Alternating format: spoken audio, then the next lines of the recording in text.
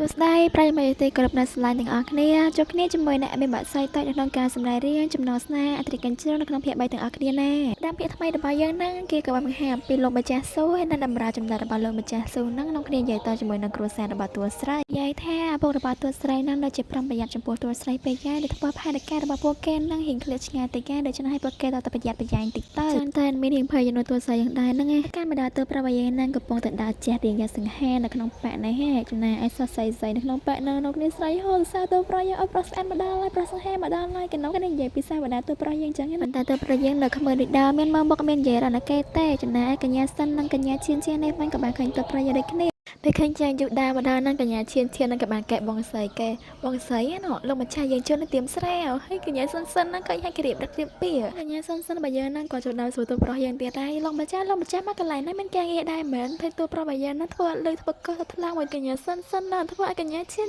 ហ្នឹងខកឃើញដឹកទៀតទៅប្រយ័ត្នដាក់ហួរតមាននិយាយដល់ពីអ្នកគេហ្នឹងក៏ចដំខឹងច្រឡត់តងមកតែទូប្រុសយើងហ្នឹងរឹកពេញឯងឆ្មៃទៀតឯងបងស្រីកុំចាប់បារម្ភមនុស្សចឹងអីសិនបើយើងហ្នឹងក៏ខកចិត្តឬស្នេហាជាលើកទី2តែភ្លាមហ្នឹងគឺសួរយ៉ាក៏បានមកដល់ឲ្យឃើញម្នាក់គេនាំគ្នារត់តាមទូប្រុសបើយើងក៏នាំគ្នាសួរតែមានរឿងអីកាត់ឡើងហើយកញ្ញាឈៀនយើងហ្នឹងក៏ដើរទៅជាអ្នកអធិប្បាយទៀតដែរគេថាទូស្រីហ្នឹងអាត្មានិយមខ្លាំងណាស់ឃើញទូប្រុសយើងនៅកន្លែងទៀមផ្សារហ្នឹងស្រស់សង្ហាចឹងទៅក៏រំអកឪពុកណាហៅទូប្រុសយើងមកបរៀនអីចឹងទៅចេញមកហ្នឹងគឺបង្ខំឈ្មោះទូស្រីយើងមកទូស្រីហ្នឹងងប់ងល់ជាមួយនឹងប្រុសអីចឹងបើសួរយ៉ាបើយើងហ្នឹងក៏ចិត្តដើមមានអារម្មណ៍ថាយើងអត់សុបាយចិត្តដែរដល់ពេលលើឈៀននិយាយចឹងទៅប៉ុន្តែយ៉ាងណាក៏សួរយ៉ាបើយើងនៅតែកែពីទូស្រីដែរថាកញ្ញាឈៀនអត់មានតែគេបដៅទេហើយដល់និយាយដើមពីក្រោយខ្នងចឹងក៏ថាឯងនៅជាស្រីល្អមែនបើណាអេដមីនឲ្យមីដៃសួរយ៉ាមួយហ្មងយទៅឆ្នើហ្មងរឿងកែពីមនុស្សដែលគេស្រឡាញ់ហ្នឹងឯងដល់មុតស្រីរបស់សួរយ៉ាហ្នឹងបានធ្វើកញ្ញាឈៀនយើងនឹងខលញ័រដែរញ័រជើងហ្មងស្មាត់ត្រានតែហ្នឹងគឺសួរយ៉ានឹងត្រូវជាស្អច្បងរបស់កញ្ញាឈៀនយើងនឹងអានសារនៅបាក់មួយគ្នាមិនតែសួរយ៉ាបើយើងមិនកាន់ជើងកញ្ញាឈៀនកញ្ញាឈៀនម៉ាត់អូនរបស់គេណាតើមកបីអ្នកហ្នឹងក៏បាយជួគ្នាអស់ទៅ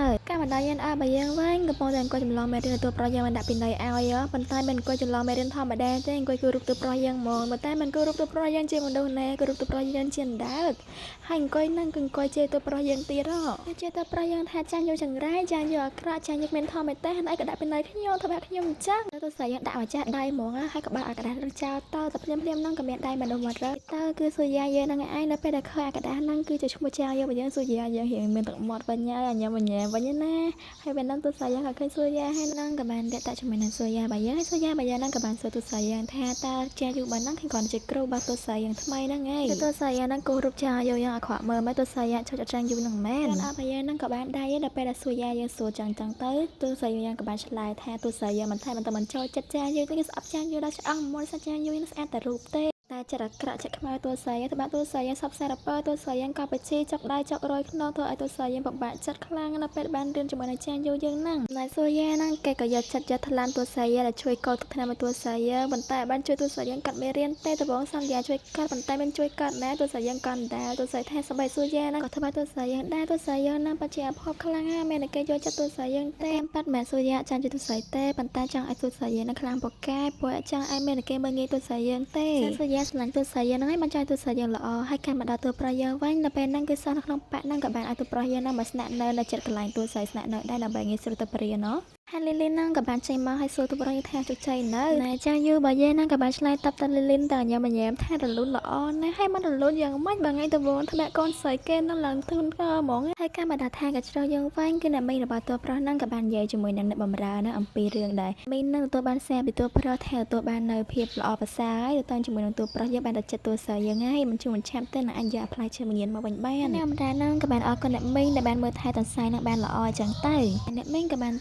នទៅមុខទៅជាថាត្រូវហើយគាត់ចាំទន្សាយហ្នឹងយូរហើយដល់ពេលដែលគាត់ត្រូវសម្រាប់ទន្សាយហ្នឹងដើម្បីបម្រើផលប្រយោជន៍គាត់ម្ដងហើយនិយាយទៅសំដែងម្ដាយមីងទូប្រុសហ្នឹងសសងទៅប្រៀបធៀបអីចឹងទៅធ្វើឲ្យអេដមីនហ្នឹងមានចង្កេះឆ្ងល់យ៉ាងខ្លាំងតែម្ដាយមីងទូប្រុសហ្នឹងចង់ធ្វើឲ្យប្រកបហើយសាច់រឿងរបស់យើងហ្នឹងក៏បានកាត់មកដល់កន្លែងងូតទឹកដល់ទូស្រីរបស់យើងហ្នឹងកំពុងតែលេងទឹកដាក់ផ្កាដាក់អីដើម្បីងូតអីចឹងទៅប៉ុន្តែទូស្រីរបស់យើងហ្នឹងក៏មានអារម្មណ៍ថាដូចជាមាននរណាម្នាក់ខ្លំមើលទូស្រីយើងនៅកន្លែងមាត់ទ្វារប៉ុន្តែទូស្រីយើងទៅប្រតិកម្មទេ ការមកដល់កន្លែងដែលចាងយូជាមួយនឹងលីលីននេះវិញអ៊ីនមានចង់និយាយថាកញ្ជ្រោងតូចហ្នឹងគឺជាចាងយូរបស់យើងនឹងឯងនៅពេលដែលចាងយូយើងកន្លែងខ្លួនឡើងជាកញ្ជ្រោងគឺខ្លាចជាកញ្ជ្រោងដ៏ខ្ជិះខ្ជួនបែបហ្នឹងឯងដែលយប់ហ្នឹងគឺចាងយូរបស់យើងហ្នឹងនៅឡើងខ្លួនហើយជាកញ្ជ្រោងហ្នឹងដើម្បីថាបតួស្រីហើយយកផ្លែឈើបញ្ញាមកវិញ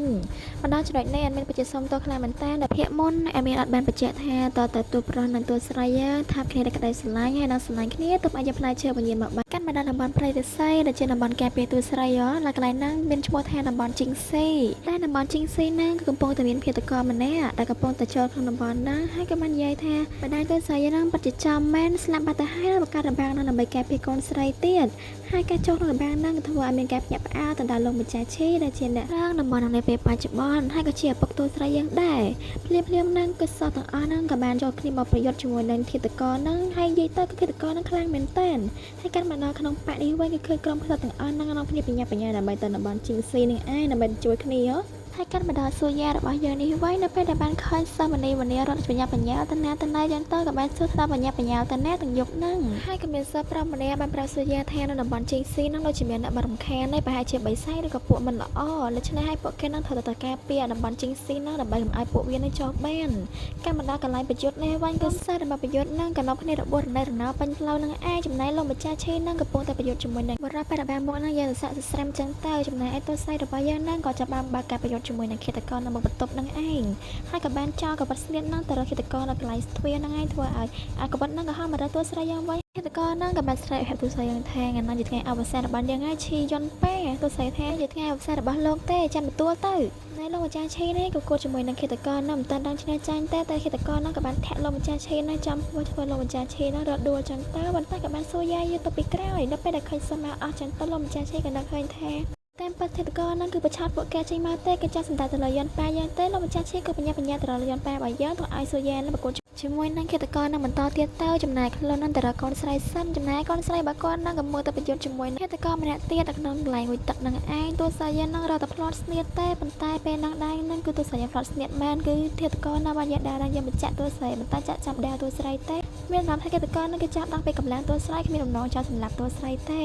មានបានប្រើកម្លាំងធាតុវាលើទោះស្រីធ្វើឲ្យទោះស្រីដួលខ្ពស់ហើយស្លាប់នៅលើឥដ្ឋនឹងឯងឃើញខ្លួនឯងនឹងវាយទោះស្រីតាន់ទីទោះស្រីស្លាប់នឹងឃាតករនឹងរៀងភ័យបន្តិចមិនទៅហើយគាត់និយាយឌឺដើមទោះស្រីថាទោះស្រីនឹងពិតជាខ្សោយមែនគាត់ទៅវាយតាន់ទីទោះស្រីក៏ស្លាប់ហើយក៏យកដៃនឹងដាក់ឡើងចំអកទោះស្រីទាំងនឹងហាមទោះស្រីស្លាប់ទូហ៎តាស្រីរបស់យើងនឹងក៏បានកាប់ពីទោះស្រីចូលមកដល់កន្លែងទោះសក្កជ្រងដែលជាទោះប្រុសរបស់យើងនឹងកំពុងតែមកដល់ទោះស្រីយើងក៏ជួនលំមទោះស្រីរបស់យើងក៏បានស្លាប់ទេក៏ផលបាច់ធ្វើជាស្លាប់នឹងឯងពេលទោះស្រីយើងអត់ស្លាប់នេះឃាតករនឹងវាប្រហែលទោះស្រីយើងតទេប៉ុន្តែសំណាងល្អនឹងគឺបានសក្កជ្រងដែលជាទោះប្រុសរបស់យើងនឹងគឺជួយទោះស្រីយើងតនហើយក៏ខំដែរឃាតករនឹងលេងដូចជាអនុស្សាវរីយ៍ចំណៃឯឃាតករនឹងខាងជាមួយនឹងកញ្ជ្រោងខ្នាពេកនឹងក៏យកអាវុធសង្កត់នឹងចោលលើកញ្ជ្រោងរបស់យើងប៉ុន្តែទោះស្រីយើងនឹងលះភ្នែកតនក៏យកដាវនឹងយកទៅវាចំនួនទៅហើយឃាតករនឹងក៏បានរត់គេទៅបាត់អត់មានសមបញ្ជាក់ទេកន្លែងទោះស្រីយើងធ្វើខ្លួនជាស្លាប់នឹងគឺដើម្បីយកលបាំងមុខរបស់ឃាតករនឹងចេញនិស្សិតចង់ឃើញមុខតែមានណាឃាតករនឹងលាក់មុខរហូតសម្រាប់មកទោះស្រីយើងបានឃើញមុខដាលចំណែកឯស៊ូយ៉ាជាមួយនឹងឃាតករម្នាក់ទៀតនៅកន្លែងព្រៃរិស័យនេះវិញកំពុងតែវាយគ្នានឹងគឺឃាតករនឹងក៏ទៅបានដំណឹងពីឃាតករមួយទៀតថានោះគឺបរាជ័យដូច្នេះឃាតករនៅកន្លែងនេះក៏បានរត់ទៅដូចគ្នាចំណែកឯស៊ូយ៉ារបស់យើងនឹងក៏ត្រូវរបួសដែរដោយសារឃាតករប្រាដាចាក់ចោលមកតាស៊ូយ៉ាយើងនៅទៅទោះស្រីយើងចំណែកទោះស្រីយើងនឹងនៅជាមួយនឹងកញ្ជ្រោងសាច់ក្អាកសូកញ្ជ្រោងយើងមកពីណាហេតុអីបានកញ្ជ្រោងយើងបញ្ជួយទោះស្រីយើងកើតអីចឹងទៅទោះស្រីយើងនៅកំពុងនិយាយកញ្ជ្រោងនោះស្រាប់តែពុកទោះស្រីយើងនៅកន្លែងបាត់ទ្វារទោះស្រីយើងចឹងទៅពុកទោះស្រីយើងនឹងបារម្ភពីកូនក៏បានសួរកូនថាមានកើតអីអត់ហើយមានឃាតករទៅអត់លក់ទោះស្រីយើងអត់ទោះស្រីយើងនឹងភ័យចំណុចកញ្ជ្រោងដោយសារពុកទោះស្រីយើងស្អប់សឹកកញ្ជ្រោងពុកទោះស្រីឃើញកូនកញ្ជ្រោងនឹងសម្លាប់កញ្ជ្រោងនឹងចាំមិនឲ្យឃើញសតឆ្អឹងសតស្បែកអីទេ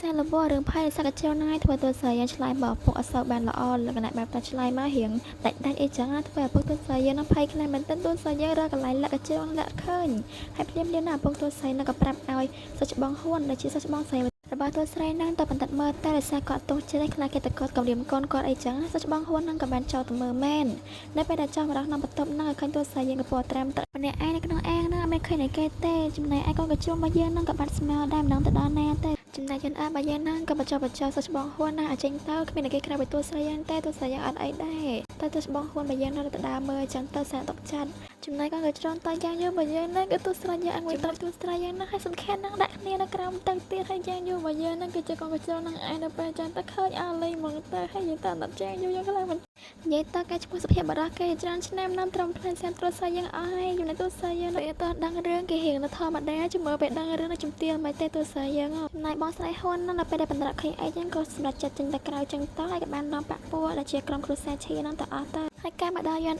តបើយើងនឹងនៅពេលដែលគេចេញទៅអស់នឹងក៏បានលើកកូនកញ្ជ្រោនតិចបើយើងនឹងឡើងមកលើកូនកញ្ជ្រោនបើយើងនឹងដឹងអៀនស្ទើទេហើយទស្សថាឯងមកយាយយើងសុំតយើងបច្ចេកវិធីណាដើម្បីជួយឯងមែនទេមិនទៅវិធីហ្នឹងតែលំបាក់ខ្លាំងហើយទៅទស្សយើងមិនតនិយាយចាប់ផងកញ្ជ្រោនក៏ព្រុសទឹកពេញគ្រួសារយើងទស្សយើងនឹងសាយចាញ់ឲ្យប៉ះចាំធានយូរបើយើងវិញនឹងចាប់ហ្មងបើមិនរបួសក៏ពិការដែរនៅក្នុងប៉ាក់នេះវិញលោកម្ចាស់ឈេជាពុកទស្សហ្នឹងក៏បានសួរគាត់ថាមានអាការដែលបានចេញពីប៉ាក់ហ្នឹងអត់ដោយសារតែនៅក្នុងប៉ាក់ហ្នឹងហើយដែលជាកិច្ចការពួកឯងគ្មានអាការអាចចូលក្នុងប៉ាក់ហ្នឹងបានក្រៅពីអ្នកក្នុងប៉ាក់ហ្នឹងទេក្រោយបើហ៊ុនបានមើលហាក៏គ្មានតម្រុយអីទេចំណែកឯលោកម្ចាស់ឈេហ្នឹងក៏បញ្ជាមានការពង្រឹងការការពារបន្ថែមដល់ចំណុចនេះអត់មានកថាទាំងអស់គ្នាប្រហែលជាដឹងហើយថាកិច្ចការពីអ្នកហ្នឹងគឺជាអ្នកគេគឺជាលោកម្ចាស់សូហើយនឹងកូនចៅចំណត់របស់គាត់ហ្នឹងឯងលោកម្ចាស់សូក៏បានសួរកូនចៅគាត់ថាយន់ប៉ែបើយើងហ្នឹងគឺមានកម្លាំងពិសេសចេញពីក្នុងខ្លួនយន់ប៉ែបើយើងអត់ហើយណាំរ៉ាហ្នឹងក៏និយាយថាគឺពិតជាមានហើយពួកគេក៏បានកំណត់គាត់ដល់លើយន់ប៉ែបើយើងហើយឥឡូវហ្នឹងយន់ប៉ែបើយើងហ្នឹងនៅតែអត់រួចខ្លួនទេព្រោះឲ្យស្ដាល់ជុំទិសមកហើយការមកដល់កញ្ញាយន់ប៉ែបើយើងវិញនៅកន្លែងងុយទឹកឡាយតែកំពុងដើរកូនកញ្ជ្រោងតែកំពុងដើរហ្នឹងក៏ឃើញជាមួយនឹងហានយូមកសូននាំពីសុខភាពទូសាយយើ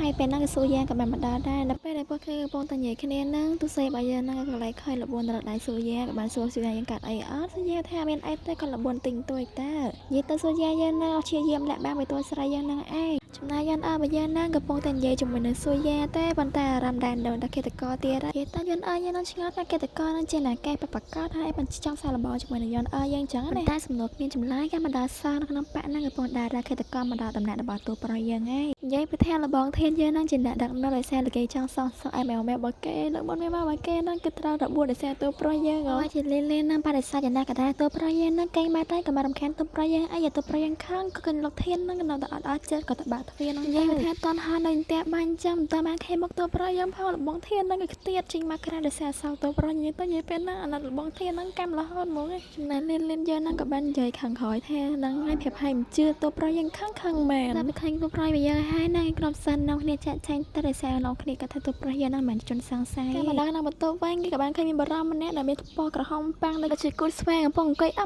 នម្នាក់ឯងមានតែគេក្រៅពីតួប្រយើងនឹងឯងដល់ពេលលេងយើងឃើញហៀងផ្លៃលេងគេសួរលោកម្ចាស់មកយាយបានថាបញ្ញាយន្តប៉ែនៅតួប្រយើងក៏ថានៅតែលេងថាចឹងលោកយាយទៅធ្វើអីមួយថ្ងៃហ្នឹងទើបតួប្រយើងនៅខែដល់ពេលតួប្រយើងនៅកន្លែងទឹកហ្នឹងនិយាយទៅឆ្លៃនៅអត់មានចង់ទៅសាយទៅប្រយើងទេជាដល់អ៊ីនដល់កូនក្មេងចេះតែមកប្រយើងមកក្រហមពេកហ្នឹងលៀនក៏បានសួរលោកម្ចាស់មិនក៏លោកម្ចាស់មកក្រហមមិនលោកម្ចាស់ស្រួលខ្លួនមែនចង់ខ្ញុំហៅប៉ែតឲ្យបើលោកម្ចាស់ត្រូវការតែមកថាក្បែរឯងស្អីបើហៅបីអីទេយើងលោកហ៊ាននិយាយរឿងហេតុការណ៍នេះវិញលៀនរបស់យើងហ្នឹងក៏បានរាយការណ៍ថាលោកម្ចាស់ឥឡូវណាមានជនទី3ជនទី4គេដឹងអំពីរឿងកម្លាំងធាតុរបស់ទូស្រីយើងហ្នឹងហើយបើយើងអត់បញ្ញាប់យកតែប្រកាសជាមានគេយ៉ាងមុនរបស់យើងអញ្ចឹងចំណែកទៅប្រយើងក៏បាននិយាយអីតដែរការមកដល់លោកម្ចាស់ឈេជាមួយនឹងលោកពូហ៊ួននេះកំពុងតែនិយាយគ្នាថាទូស្រីនឹងកំពុងស្ថិតក្នុងស្ថានភាពគ្រោះថ្នាក់ឯងចឹងទៅធ្វើម៉េចក៏ដែរនឹងត្រូវការពេលកូនស្រីរបស់គាត់ណាបានល្អហើយការមកដល់ប្រាក់ឡានគឺតួស្រីរបស់យើងនឹងគឺនិយាយថាភ្នាក់ពីដីមកនឹងគេស្រួលខ្លួនហ្មងគេស្ងៀមអីផងនឹងចំណែកហេនយូយើងនឹងមកដល់សូយន្តប៉ែឯណាជារៀងស្រស់ស្រាយដែរណាប៉ែរបស់យើងនឹងក៏បានឆ្លងតជាមួយនឹងហេនយូតញ៉ាំថាត្រូវហើយយកមកខ្ញុំគេលក់ស្រួលហើយចឹងទៅបានភ្នាក់ឡើងមានអារម្មណ៍រៀងស្រស់ស្រាយប្លែកហើយយន្តយើងនឹងក៏សង្កេតឃើញថាថ្ងៃណាដូចជាមានអ្នកយាមច្រើនខុសពីធម្មតាចឹងណាក៏បានសួរហានយូយើងក៏ថារសារតែអត់តន់ចាប់បានគេតកអីចឹងតែពុកតួស្រីយើងនឹងព្រាបបារម្ភពីតួស្រីទៅឲ្យមានអ្នកយាមច្រើនសោះច្បាស់ទាំងពីររបស់តួស្រីហ្នឹងក៏បានមកដល់ដូចគ្នាក៏បានសួរសុខទុក្ខតួស្រីយើងនឹងយកមិនហ្នឹងមានយកសារក្រៅអត់ថាតួស្រីយើងផាត់ផាយតែមកតួស្រីថាតែគឺស្រួលតែដោយសារតួស្រីយើងបានងុយទឹកជាមួយនឹងរឿងដ៏អស្ចារ្យអាចចាយករបស់យើងហ្នឹងក៏បានមកដល់ដូចគ្នាពេលហ្នឹងចាយកយើងគាត់ស្ដាប់លើហើយហ្នឹងគឺរឿងខ្លួនស្ដោកហើយភ្លាមហ្នឹងគឺសោះច្បាស់របស់យើងហ្នឹងក៏បានសួរស្ដីជាមួយលោកគ្រូចាងយើងថាស្ដីលោកគ្រូចាងយូហើយចាងយូរបស់យើងហ្នឹងឃើញតួស្រីហើយមករៀងក្រហមទៀតហើយនិយាយទៅហ្នឹងហើយប្រឹងកិច្ចមកតួស្រីយើងថាតួស្រីយើងមានអារម្មណ៍ប្លែកគេហៅតួស្រីយើងដែលមកចូលរៀននេះតែចូលរៀនហើយការមកដល់ខាងថ្នាក់នេះវិញតួស្រីយើងនឹងអង្គុយសម្លឹងមកតួប្រុសយើងហ្មងដែលតួស្រីយើងនឹងសាស្ត្ររបស់យើងនឹងគឺជាឃាតករនៅយប់នេះឯងហើយតួស្រីយើងក៏នឹកឃើញថាឃាតករនឹងត្រូវបានរបួសដៃចឹងទៅចាតួស្រីយើងនឹងធ្វើការពិសោធន៍ហើយតួស្រីយើងនឹងក៏បានចាត់សួរចានយូរថាតើយប់មិញហ្នឹងចានយូរតាណាមានដឹងថាមានឃាតករចូលក្នុងប៉ាក់អត់តែទៅបើតួស្រីយើងសួរយ៉ាងណាក៏ចានយូរឆ្លើយដែរថាតួស្រីយើងមានអារម្មណ៍ខឹងមកដោយសារតួចានយូរយើងនឹងអត់ចេះតសម្ដីតួស្រីក្នុងវិជ្ជាចឹងទៅតួស្រីយើងក៏សម្លឹងតួប្រុសយើងយកមកថាមានលឺខ្ញុំនិយាយអត់មើលទៅលន់ជាគួរអសង្ស័យដល់ហើយចាងយូរហ ហើយដឹងហើយទៅប្រុសរបស់យើងនឹងតែងុយទៅជាមួយនឹងតួស្រីយោហើយទៅប្រុសយើងមិនឆ្លើយប្រាប់តួស្រីយើងកាទៅប្រុសយើងរត់បាច់ទៅមួយតួស្រីយើងមិនតាន់បានទៅចឹងទៅមានស្ងាត់សិនទៅបន្ទាប់មកតួស្រីរបស់យើងនឹងក៏បានមកសគ្រប់លើតុតួប្រុសហើយក៏បានសួរតួប្រុសយើងបើតួស្រីនឹងតួជាមួយនឹងផ្នែកបើតួប្រុសចំណែកឯមុខតួជាមួយមុខចឹងទៅតួប្រុសរបស់យើងនឹងអៀនខ្លាំងពេកនឹងក៏បានហេតុតួស្រីថាយកមិញនឹងគឺខ្ញុំរបស់ងុយតាអស់ចម្លើយអស់សំណួរនឹងនាងយន់ប៉ាណៃតួស្រីរបស់យើងនឹងនៅតែអត់អស់ចិត្តព្រោះឲ្យតួប្រុសរបស់យើងនឹងវាគប់ជន់ពេកតួស្រីយើងក៏ងុយទៅឲ្យតួប្រុសយើងងុយទឹកដែរវាមិនត្រូវតួស្រីយើងថាបើប្រាំឆ្លើយទៅខ្ញុំនឹងបខំលោកឲ្យឆ្លើយទៅបានពេលបខំបើតួស្រីយើងនឹងគឺយកចិត្តឆ្លាមតួប្រុសយើងនឹងឯងសុទ្ធសុទ្ធនឹងក៏យកចាក់តាចាក់អីតួប្រុសយើងចឹងតែតួប្រុសយើងនឹងអត់ប្រោឲ្យតួស្រីយើងមើលដៃទេហើយការបណ្ដាភាពបន្ទាប់នឹងគឺតួស្រីរបស់យើងនឹងគឺចង់ឲ្យតួប្រុសរបស់យើងនឹងសាមខ្លួនដោយសារតួស្រីចង់ដឹងថាតួប្រុសយើងគឺមានរបួសលើដៃអត់តួស្រីរបស់យើងនឹងក៏បានរៀបចំល្បិចដែលបានធ្វើអន្ទាក់មួយដែលមានធុងទឹកធុងអីដើម្បីស្រោចទៅលើតួប្រុសពេលតួប្រុសយើងដើរមកទៅមានណែដល់ពេលទៅរៀបចំអន្ទាក់ហ្នឹងទៅគឺតួស្រីរបស់យើងនឹងទីកខ្សែនឹងហើយខ្សែណាបានស្រោចទៅលើតួប្រុសយើងទេដោយសារតួប្រុសយើងមានឆាត់មិនមែនចៃដល់តួប្រុសយើងនឹងការឆាត់មកទេគឺតួប្រុសយើងđangខ្លួនតតួស្រីយើងរៀបចំល្បិចក៏បានជប់សោណាប្រកាសជាឆាត់មួយដើម្បីទទួលចឹងទៅហើយតួស្រីយើងនឹងខំដល់សប្បាយចិត្តតែមានណាតួប្រុសយើងនឹងក៏បានអាកវីអាឆាត់ដល់ទឹកតួស្រីយើងនឹងចូលពេញមុខនឹងឯងនិយាយតើដេកពាក្យចាស់លោកនិយាយថាកម្ពុជាមានបាត់ចាណាគេធ្វើនៅតួចឹងតែតួប្រុសយើងដល់ពេលឃើញតួស្រីយើងសាមចឹងក៏លុយសាចង់មួយនិយាយទៅបានធ្វើបាវទៀតហ្នឹងគឺតួប្រុសយើងសប្បាយចិត្តដែរហ្នឹងអាតួស្រីយើងនឹងគឺខាងតួប្រុសយើងឡើងចេញខ្សែតាមតិចអីមកមកដល់រ៉ានស្រីនៃកែសាឡបងរបស់តួស្រីយើងនិយាយទៅល្បិចពីមុនហ្នឹងគឺប្រាជ័យយើងពឹងពាក់ទៅលើល្បិចចុងក្រោយហ្នឹងឯងគឺតួស្រីរបស់យើងហ្នឹងក៏បានចេញតួប្រុសទាំងងុយទឹកនៅកន្លែងអាងទឹកបរោះឯតួប្រុសរបស់យើងនឹងទៅពេលដែលឃើញតួស្រីយើងចិត្តល្អផ្លៃហ្នឹងក៏ចិត្តដាំបដិសេធពួកឯងមានរាប់ថាដាក់សោតស្រួលតួស្រីយើងរៀងល្បិចមិនទេតែតួស្រីថាលោកម្ចាស់កុំព្រាយបារម្ភអីខ្ញុំមិនធ្វើបាបលោកម្ចាស់មានបំណងក្រាក់លោកម្ចាស់អីទេសូមលោកម្ចាស់ចេញតែដល់ទៅស្រួលខ្លួនហ្មងឯតួប្រុសរបស់យើងហ្នឹងក៏ប្រើតួសម្ដាបើតួស្រីថាចាំជួបគ្នានៅកន្លែងងុយទឹកជិះទៅតួប្រុសយើងហ្នឹងនិយាយមកឲ្យដឹងមកតួស្រីហ្នឹងមកលុយមើលតួប្រុសយើងចុះស្រីយើងលេងខ້ອຍគេមកងុយទឹកឲ្យមកលុយមើលកូនប្រុសគេងុយទឹកនេះតួប្រុសរបស់យើងហ្នឹងក៏មានអារម្មណ៍ថាដឹងតួស្រីយើងហ្នឹងកំពុងតែលុយមើលហើយក៏ចាប់ដើមលេងល្បិចតាមអីតួស្រីយើងនឹងចង់ដឹងគឺបង្ហាញសាច់ដុំបង្ហាញអីតួស្រីយើងមើលចង់អត់តួស្រីយើងឃើញខ្លួនប្រាំតួប្រុសយើងចឹងតួស្រីយើងនឹងកំពុងតែផ្លឹកហ្នឹងមានណាល្អិលជើងធ្លាក់មកនេះគេធ្លាក់មកចាំដុំថ្មប៉ុន្តែតួប្រុសយើងនឹងប្រាស្រ័យជួយតួស្រីយើងតន់ធ្លាក់មកចាំកន្លែងតួប្រុសយើងនឹងឯងនិយាយទៅបើនឹងអេដមីនដៃអ៊ីនកាច់ពីគិនម្នាក់ឯងនេះមនុស្សឈួតចឹងការមកដល់ក្រុមលបងដែលជាកូនសិស្សប្រុសនេះវ័យកំពុងតែមានអារម្មណ៍ថាដូចជាលើសម្លេងមនុស្សស្រីស្អាតកណ្ដុំកសែយកអីយកមកតុបខ្លួនតុបប្រាំនិយាយទៅអេដមីនចាំតែស្អីបើដល់ទៅគេស្រឡាញ់ខ្លួនគេស្រឡាញ់ប្រាំគេខ្លាចមនុស្សស្រីឃើញហើយការមកដល់ចេញយូរហើយនឹងយន់អើបើយើងមិនចាញ់យូរក៏សួរថាចាំមកយ៉ាងនាងយន់អើវិញដើរចូលមកម៉ាក់ចំណែកយន់អើបើយើងនឹងគេអេឆ្លើយមិនចាញ់ទេចាញ់យូរយើងនឹងបានឱកាសនឹងក៏បានដើរមកចិត្តតួស្រីយើងហើយក៏បានសគ្រប់លើតួស្រីយើងនឹងមកកណ្ដាធ្វើមកស្ដាប់ណាគ្នាហ្មងអេដមីនមើលនឹងចង់លើជាស្គាល់ចំនួនតួប្រុសតួស្រីយើងហើយចំណែកឯក្រុមតារានេះវិញក៏បានមកដល់កន្លែងតួប្រុសយើងហើយបានសួរតួប្រុសយើងមិនឃើញមនុស្សស្រីដើរមកវិញនេះតួប្រុសរបស់យើងនឹងក៏តឆ្លើយទេប៉ុន្តែបានសួរនាងយន់អើយើងមុននាងយន់អើបើសិនបើពុកបាននាងដឹងថានាងមកដល់កន្លែងនេះនាងក៏ថានាងប្រកាសចិត្តត្រវិន័យខ្លាំងហើយត្រូវអត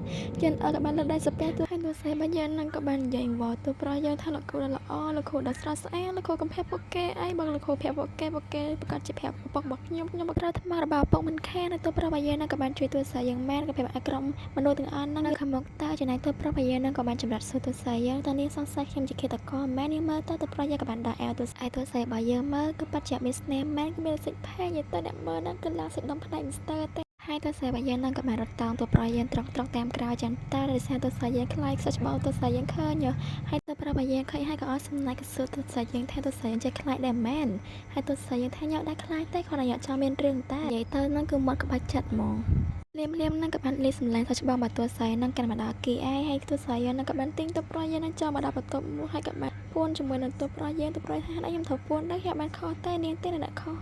ហើយតួស្រីថាលោកឈួតតែលោកចេញតប្រកាសជាមានរឿងមិនខានហើយតួស្រីយើងហ្នឹងក៏បានធ្វើដៃកុំមាត់ហើយតួប្រុសរបស់យើងហ្នឹងនៅពេលដែលបាននៅចិត្តស្រីស្មីហ្នឹងទៅគឺអត់មាត់ម៉ែដល់ស្ងាត់ជ្រាបនិយាយទៅបងមើលចរិតពីអ្នកខាននឹងខ្លួនឯងតើអេដមីនសំឡាញ់និយាយអស់ហើយសារអេដមីនហ្នឹងមានអារម្មណ៍ឈឺបេះដូងខ្លាំងខំលើកកាតតួប្រុសយើងហ្នឹងចេញមកនឹងធ្វើបែបចិត្តអេដមីនខ្លាំងហ្មងគាត់បានតែទាំងអស់គ្នា